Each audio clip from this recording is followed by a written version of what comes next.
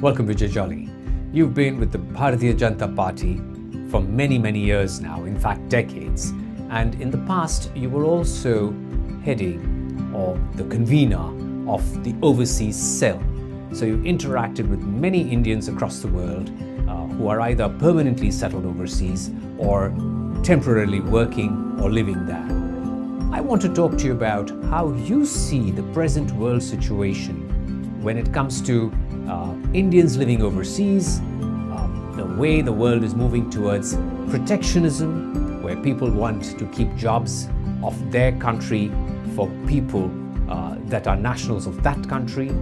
At the same time, Indians who are looking more and more overseas for opportunities to study, to work, and also to do business. So where do you see opportunities today for Indians and for India through its overseas Indians? Thank you, Vickram, for getting me on this global show. I've been with the Bharatiya Janata Party, the ruling party of India, for the past 45 years. I've seen the past, I'm seeing the present, and I'm also viewing what the future holds in store for us. India is no more a country of snake charmers. India is a developing economy. India is the pathway for the younger generation to fulfill their aspirations in education, in science and technology, and in every sphere of life. And I can say that with certainty when my two own sons, one studied in Australia, another studied in Boston. After completing their studies, they chose to come back. And my question to them was, why back to the roots? And the flat reply was, India is a country which works 24 hours and 7 days. So we want to be a part of India's success story. So that's a big change that has taken place. In fact, over the years, the percentage of people who went abroad to study coming back to India has increased. People find India attractive. In the old days, I think it's said that people who went abroad to study would usually settle there. But that's an interesting point, and it has two or three areas I want to discuss with you. First, a lot of countries in the world are looking at Indian students as a means of revenue for them, because there are many Indian students going abroad to study. Indians are spending a lot on foreign education. Now, there are two sides to that. Some would say, is it needed? Why can't we have the same level of education here and also bring in perhaps institutions that are world recognized to India to impart the same education? The other side of the coin is that when they go abroad and study, it's not just the curriculum they study, but they soak in so much of the world and the environment that they learn so much there. It's a very important part of the education system. The second point is where you said that, is it going to be a brain drain or a brain gain if Indians stay abroad after their education and don't come back to India? Is India losing out on those very talented people who have studied and learnt more?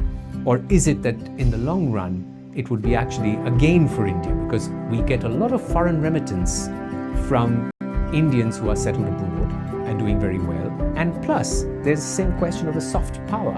They are taking the Indian way of life there. So there are many CEOs, for example, in global companies, including in America, who are of Indian origin. And they're very proud of their roots, and they carry with them the Indian tradition there. India today is a soft power, and India is equally well a hard power. India stands to gain by its younger generation studying in India or going overseas and then coming back, or even if not coming back, staying in the countries which they have adopted for their bread and butter.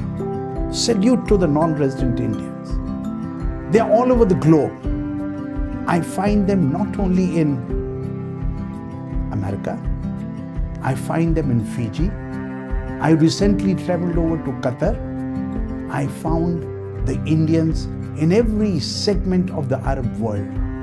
Correct me if I'm wrong, I believe you've traveled to 94 countries. I'm so privileged. I feel honored.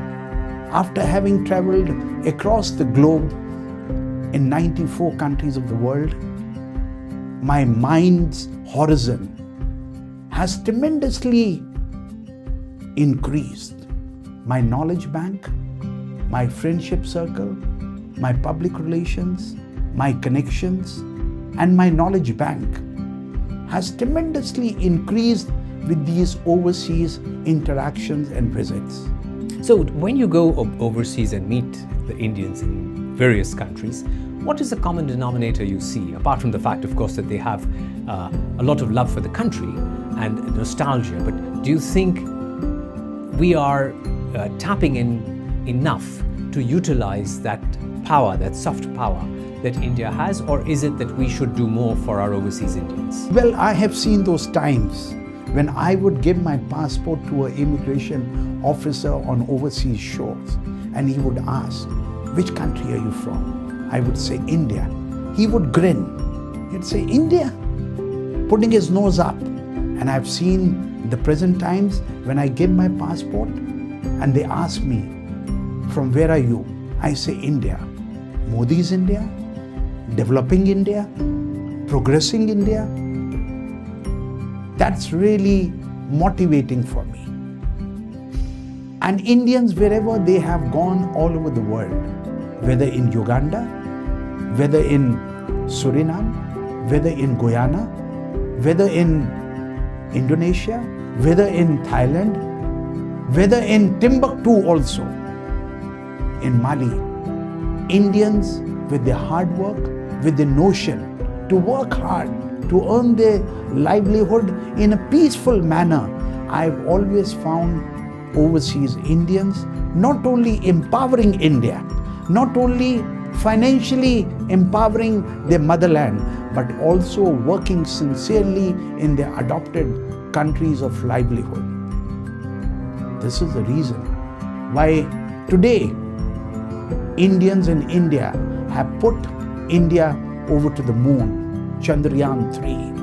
And this is the reason why I say we are no more a country of snake charmers. We are a country which is progressively working hand to hand with the soft power, with the hard power, with the military power, with the diplomatic skills under the able leadership of our current Prime Minister, Mr. Narendra Modi, who is widely respected all over the globe.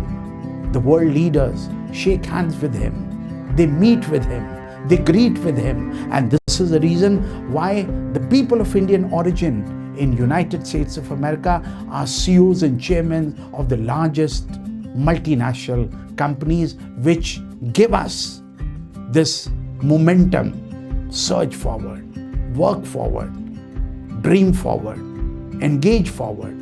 And forward means on the path of development. We are not only a soft power. If anyone has an evil design in India, like what all happened on 26th April in Bhel, India gave a befitting reply in the form of Operation Sindoor, hitting the terrorists and the terrorist hideouts in the neighborhood. No one should play havoc with the India's integrity. India knows, if it knows how to shake hands, if under Vajpayee's leadership, the Prime Minister of India at that time traveled to Lahore, Pakistan, in his quest for peace, for friendship. In 2025, Prime Minister Modi knows how to give a befitting reply to those people who are out to destroy the identity of India. But if we can just talk about the economic side, on the non-resident Indian remittance. It's a big thing that is happening for India, that we keep getting more and more remittance from our non-residents or even our overseas Indians who've even taken up citizenship abroad. And that is something that people say would be a big asset for us in the future as well. Basically because of family ties. People go abroad, they learn to live there, they make it their home, but they don't forget their roots and they keep sending money back to India. Do you think this is a very important part of any policy that the government of India looks at, to keep the non-residents, the overseas Indians in mind when they formulate any policy, because they are contributing greatly to India's economy? I take you back to the days when the BJP was in the opposition, and I was a chief and the deputy chief before that of the BJP cell looking after the non-resident Indians overseas, traveling, talking, having a dialogue with small or big groups in various parts of the globe. We would always tell our friends, our colleagues, Indian citizens settled abroad, you do whatever you wish, whatever and in whatever path you progress, your motherland is India. Don't forget your roots. Don't forget your historical linkages with Bharat Ma, Mother India. In whatever way you can empower your motherland is every nationalist's first aim and objective. And I'm very happy that the Indians world over, wherever they work, they still keep in touch with their roots way back in India. So finances is one part, but connecting with the families, connecting with the roots, not forgetting and telling others, we are proud to be Indians settled in America. We are proud to be Indians settled in Canada. We are proud to be Indians settled in London. They don't create ruckus in their adopted countries. They intermingle. They make those economies stronger with their hard work, with their intelligence, with their diligence, with their connectivity, and echoing the words of Prime Minister Narendra Modi, Vasudev Kutumbakam. This world is one great family. Wherever the Indians will go, they will get many more friends. They will generate a lot of income for their own families, for their adopted countries where they are working, through the various taxes which they pay for the development of those countries, and also at the same time patronizing State Bank of India, Bank of Baroda, ICICI Bank or others for the additional investments which accrue them But if I may just the ask, proper returns. Yes, it's very true. They are economically supporting their families back at times and doing a lot for that. But there's also a second aspect to it. And that is, a lot of countries in the world now are having populations that are diminishing.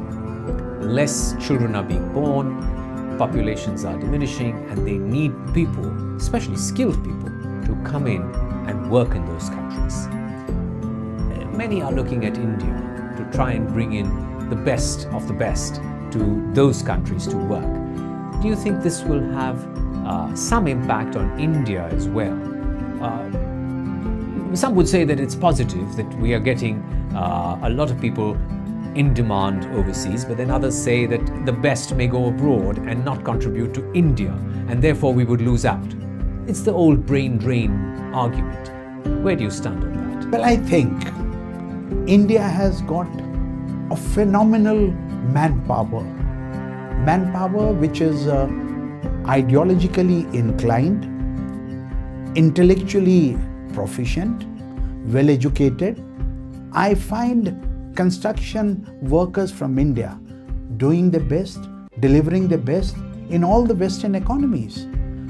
I always find the people of Indian origin being from the IT sector, coming out from Punjab, coming out from Tamil Nadu. The nurses of India from Kerala, they are most sought after in every part of the globe.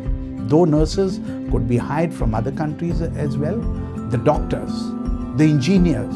So Indians with the tendency to work hard are never a brain drain. The younger generation comes in abundance, and the generation which goes overseas for greener pastures, they not only do good for themselves or their families, but they do good for the Indian economy at large. And this is the reason why all the countries of the world, every second day you find a global CEO landing up in Delhi, talking to the commerce minister, talking to the finance minister, talking to the foreign affairs minister, talking to the railways minister, talking to the I&B, information and broadcasting, finding out ways and means how they can be equal partners in India's success story. So this global influx, this global attraction of India today makes India a soft power as well as a hard power, led by Prime Minister Narendra Modi, my supremo, my great leader. When we talk about immigration, people migrating from India overseas, there is a tendency today that in some countries there are protests taking place against immigration and migration. Not only from one country, but it's a tendency where you feel that there is this movement that jobs must be kept for the domestic market. And when it comes to India, everybody's looking at India for the market size. So there's a bit of a question here that overseas they want to access the Indian market, but when it comes to migration and people movement, they want to be very selective. In some cases, as I said, there are even protests by some small groups that there should be no more immigration, which is not specifically for India, but for a global scale. How do you see this problem? You see, my particular experience after visiting globe over, in the Caribbean, in the European, in the Southeast Asia, the locals don't want to work. And thereby, Indians, Bangladeshis, Nepalese, even Pakistanis, they have a way in because they contribute with their hard work. So, the protest in any part of the world, whether in London or whether in United States of America, that might be inspired by the son of the soil theory. But is it not true that the locals don't want to work? They only want to boss around, and thereby the immigrants who come in quest for employment, in quest for livelihood, in quest to work hard, they are inevitable for those economies. If today, America is a global superpower, many people of Indian origin who are permanently settled with a green card in United States of America run the largest corporations which give employment to hundreds and thousands of people, local as well as immigrants in those countries, which empower and which make those countries great. When I find and hear President Donald Trump say, "I'll make America great again," it cannot be without the hard work, with the hard toiling of the overseas Indians in America or from other countries of the world. It is all hand in hand, hand in glove, surging forward, taking the countries on the path of development. VijayJolly, you've given us a good view, and thank you so much for sharing your views with us. Thank you.